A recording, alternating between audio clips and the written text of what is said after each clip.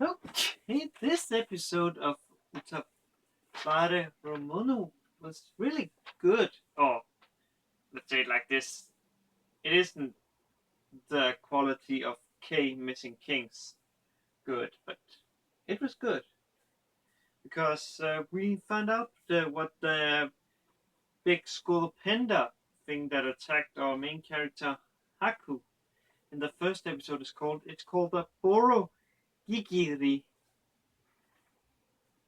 and it's a, basically a gigiri that basically when what's it called when they enter the mating season, uh, some of them gets really big and basically births gigari like gigiris.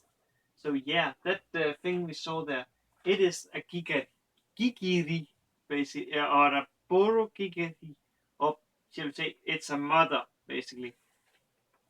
And let's say while the small gigiri, yeah, they are easy to handle, or at least they can be killed by swords.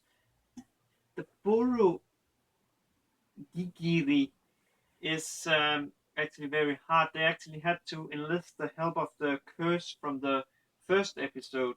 And that curse, I have a feeling that it knows something about our main character, Haku. Because when we see it from its vision, it looks at people and it's like there's no focus on other people. Then it looked, or basically when it what's called panorama over people, uh, it doesn't stop until it looks at Haku, and he's like clear. So I wonder what is his connection to that curse, or what does the curse know? I'd actually expected maybe getting a little information, but of course, if they gave that out, we wouldn't have a lot of information about it. We also find out that there's magic in this world, and and the mages, or I'm not sure if there's mages, but the casters we see is called ta- taumaturgi or something. Um, they are also in Final Fantasy 14. It's actually not that what's it called?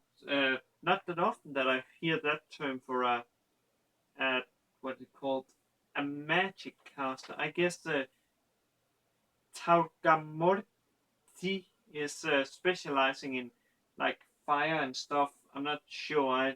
I don't I didn't study that much about them because it's so rarely they come up.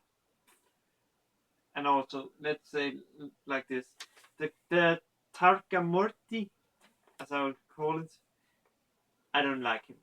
His name is Mamoru, and he's a schooler. And oh, man, I just I really had hoped that Boro-Gigiri had killed him in this episode because I freaking hate him. That I used him as thumbnail, and yes, that is Mamoru. Uh, is just because of that scene. I really hate him. However, it's actually funny because from what I can see, uh, Hakuru, he actually made the most money in this episode because you remember the work that what you call the girl June she does did that didn't earn them very much.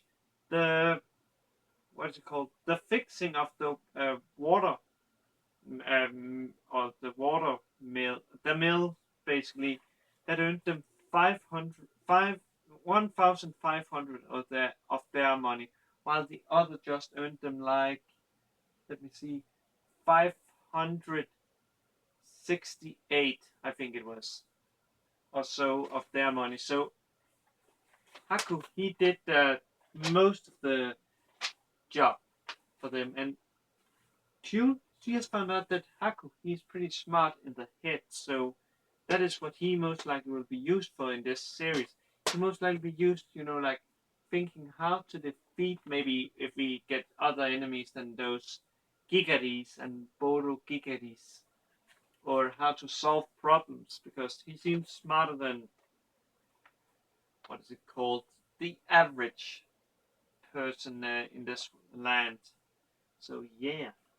Also, I get a feeling we see more to Unkon, because yeah, he's pretty badass. He's really badass. I really like him in this episode, especially the scene where he goes out and like shares a drink with the person that died.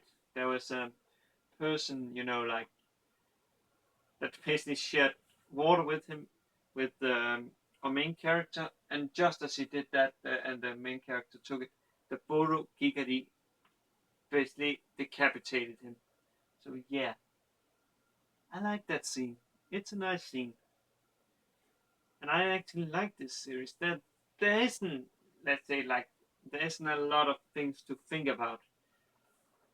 I actually kind of should say, after having like huge, huge animes like the latest episode of Seraph of the End, it's actually a bit hard to review this because there hasn't happened so much. So it hurts a little to review it.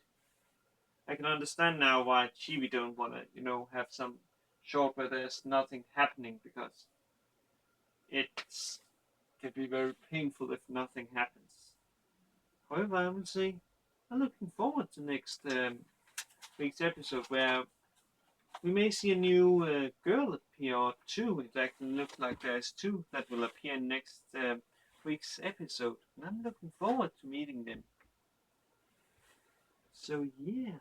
Also, I wonder if we will get explanation of this Kotahamuru thing. I think it's just like a celebration for victory or something. I'm I'm not sure, of course, but if someone who knows this Utawarerumono knows it, could they explain it in the comments, because my Google search hasn't come up with anything. So yeah. But until next time, guys, see ya and have a good day, good night wherever you are. Cheers, guys.